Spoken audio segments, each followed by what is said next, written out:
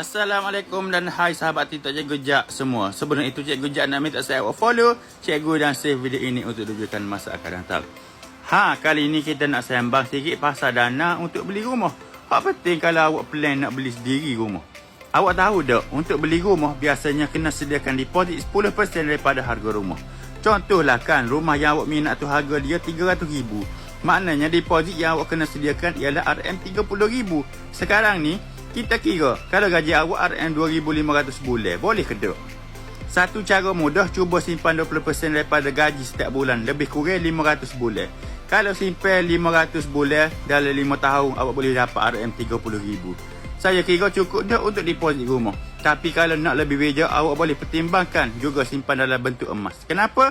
Sebab emas ni, walaupun harga dia turun naik, tapi purata kenaikan harga emas setiap tahun, antara 10% hingga 15%. Kalau awak simpan duit je, nilai dia mungkin makin susut sebab inflasi. Tapi kalau awak simpan emas boleh jadi pelindung nilai. Jadi, makin dekat nak beli rumah tu, makin tinggi juga nilai simpanan awak.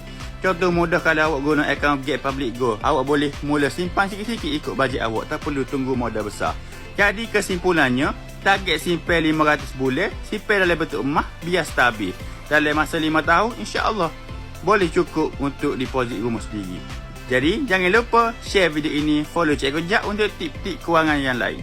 Dan tag kawan-kawan yang tengah duk plan nak beli rumah. Jumpa lagi. Bye-bye. Assalamualaikum.